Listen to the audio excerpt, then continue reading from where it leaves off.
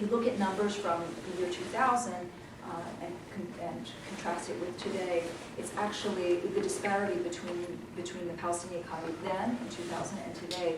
It's actually 19% dropped from 2000 to today. So it's been a huge disparity. So it's gone up a little bit. It was 22%.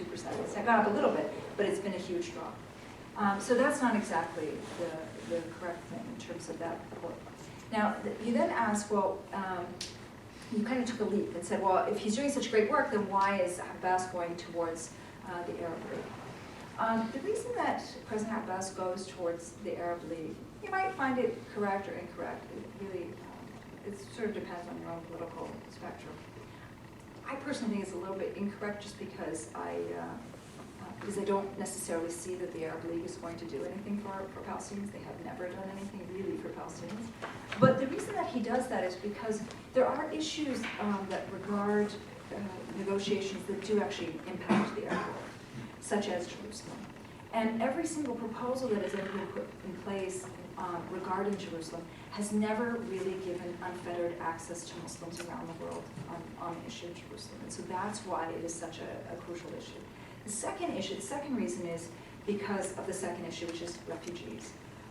The vast majority of Palestinians are in fact refugees, living in different Arab countries around the world. And the only way that we're going to come up with a comprehensive agreement is if we bring the Arab world on board. And that's why the Arab League. Third reason is in 2003, I think it was, the Arab League came out with a proposal called the Arab Peace Initiative. And the Arab Peace Initiative was a pretty big gesture. It said to Israel, if you completely end your occupation, we will not only recognize you, but we will have economic relations with you. It's a very big hand of peace that was held up, but it was rebuffed. And so he continues to go to the Arab League to try to make sure that the Arab Peace Initiative remains on the table. Now, my personal thing is, as I said from the beginning, I personally, the Arab world has really never done a whole lot for Palestine. Why he goes to the Arab League is for the reasons I mentioned. I personally think that it's not necessarily the most needed thing. Now, as regards Saeb Erekat and his statement, I think that when you look at,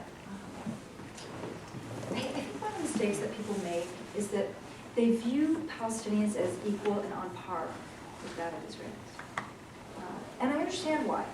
There's an Israeli prime minister, there's a Palestinian prime minister, there's an Israeli president, there's a Palestinian president, there's an Israeli minister of finance, there's a Palestinian minister of finance. And so it makes it seem as though there are two equal parties, but they're not. There is one party that is living under Israeli military rule, which is the Palestinians, and then there's the other that's actually doing the ruling, which is the Israelis. And so when you're looking at allocating blame, and it's not so much the blame game, but if you're looking at where things go wrong, the natural thing is to look at who has the power and who's the more powerful party. And hence, that's why Israel has a greater obligation. It's not just that Israel's nuclear power and it's got weapons and so on and so forth, but it's also because it has obligations under international law to actually protect Palestinians rather than not protect them. So you might not like the statements, but the only way that you'll understand them is if you understand the power balance between the two sides. Yes, more questions, but please now, one question. I'm going to be tougher this time. One question and shorter. Yes. Hello, my name is Hassan. I'm Moroccan. I'm a student at Brandeis International Business School. One quick remark. There is in fact Palestinian refugees and also there is a Jewish refugees from the Arab land that left Iraq, Egypt, Syria after they were expelled by Arab countries, except the case of Tunisia and Morocco where they left voluntarily. The other thing is when you said the Arab League have not done much for the Palestinians, actually they've done a lot. Because all the wars that happened from the 48 and the war by Arab state tried to fight Israel, and that fight never got to any result. The third is I'm going to be settlement. tougher. No. Get to the question. The settlement. This land that it is considered a settlement. Is it really land sold by the Palestinians or is it confiscated by the Palestinians? Talking about the West Bank. Mhm. And the last question is, why do you think boycotting Israel is really tool to convince Israel? Because Okay. Okay, thank you. No, no, thank you. because from what I noticed, so the embargo against Cuban things, embargo against maybe in South Africa changed, but why do you think really boycotting Israel really is going to be successful to convince the Israelis to start with Palestinians peacefully? I'm going to take them out of order. The issue of Jewish refugees. Look, I think it's really important to keep a couple of things in mind. Palestinians didn't create Jewish refugees. The Jewish refugees were not something that I caused or my ancestors caused. And so I'm not so sure why the Palestinians have to be held accountable for the acts of other countries around the world. Leaving aside, I won't even get into the issue of numbers and all of that stuff, but I do firmly believe that the only way that we're going to move forward is if you really recognize who was the actor and not try to conflate things and put a bunch of things in there. So the Palestinians I didn't create Jewish refugees, but Israel created Palestinian refugees. And that's why that issue needs to be dealt with by Israel. And as regards claims in other countries, so be it. By Jewish refugees, so be it. Again, it's not my issue. But I do think that when it comes to the issue of acts that were done that were wrong, Israel created the refugee problem. I didn't create the Jewish refugee problem. On the issue of land, I'll get to the question of what the Arab League did was the last thing. On the question of land, the land that you saw in terms of the settlements, that was not land that was purchased by Israelis. It was land that was confiscated by Israel to build settlements. And there's been a number of different ways. It's an entirely different talk. I think it's about an hour and a half talk of the means that were used to actually confiscate land. So the land is actually Palestinian land. And in some cases, there have actually been cases where Palestinian landowners have gone to the Israeli High Court to try to get a reversal of those rules, and the Israeli court says, sorry, too bad, so sad. So the land is actually not something that was purchased, but was really confiscated. Even if it was purchased, there's questions of the legality of it, but given that it was confiscated, it's definitely illegal. The question of, I'll do the Arab League question. The Arab League question, when you talk about the Arab League and what the Arab League has done, the Arab League has done two things, main things. One is a lot of financial money has gone from the Arab League to support Palestinians. I won't discount that. The other is that there's been a lot of base level political support, but not really beyond that in terms of political support.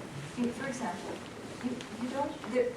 there's an image that the Arab world has actually boycotted Israel, but it really hasn't. During the peace process years, when for Israelis things were getting better, they actually had trade offices in Oman and in Morocco. So it's not as though the Arab League has taken a really consistent position on the issue of Palestinians and has used its resources. I mean, we've got some Gulf countries that actually have the ability to really change U.S. foreign policy, and they've never done that. And so my criticism in terms of the Arab League is I firmly believe the Arab people support Palestine. I have no doubt about pan-Arab nationalism going across the Arab world and how Arab people support Palestinians. But I do question whether the governments actually support Palestinians. The final question that we had is boycotts, and how is that going to change the mindset of Israelis? The main problem is that, as I mentioned, Israel hasn't been held accountable on anything, whether it was the killing of Palestinians in Gaza, the attack on Gaza in 2008 heading into 2009, in which 1,400 Palestinians were killed. Israel wasn't held accountable. There was no charges before the International Criminal Court, for example. In terms of the settlement issue, it's never been held accountable. In terms of the killing of Palestinians, not only not been held accountable, but they've passed local legislation to deny Palestinians the ability to even claim compensation from the Israeli army. Can you imagine if that happened in the United States? I mean, people would go nuts over that. And so what's happened is that the majority of Israelis actually don't really have a clear idea. I don't want to say they don't know what's going on in the territories, but they've never really been forced to look at it. One of the problems with the wall is that, sure, the wall takes away Palestinian land, and I talked about that. But the other thing that it does is it creates this separation between peoples. And people just become the people on the other side of the wall. A wall was built in Gaza in the mid-90s. And so for Israelis, that's just, people on the other side of the wall. It's just Gaza. Who cares? And so too in the West Bank, it's just people on the other side of the wall. Until you actually break down that barrier, right, where what Israel is doing in the name of these people actually begins to come home to Israelis, I don't think that there's going to be any change. Why do I say this? I don't think that, as much as I believe in pressure coming from outside, and it should be coming from outside, the only people who are going to change the policies of the Israeli government are the Israelis. It's not going to be the United States instantly. And the United States has the ability to change it, but the only way the U.S. is going to change is if it sees a sea change around the world and it sees a sea change inside Israel. That's what I believe. So I think that the only way that you're really going to get Israelis really recognizing that they have to, that their government is making them pay a price internationally for its actions that are done in their name, is if we have these systems of boycotts. Hi, my name is Claire. I'm a senior here. And my question is about the legality of the Israeli military bases and the nature reserves, apart from the settlements. Do they fall under the same international law or no? Okay, so the military bases, under international law, you can have a military base for a temporary period that is used but it's not, it can't be a permanent one. And in terms of nature reserves, anything in general, so anything that is done in any occupied territory is not to be done for the occupier, it's supposed to be done for the occupier. So there's an onus on the occupier to actually protect the occupied, meaning that Israel is actually under an obligation, international obligation, to protect Palestinians, and that anything that it does in the West Bank is actually supposed to be to the benefit of the Palestinian population, not the other way around.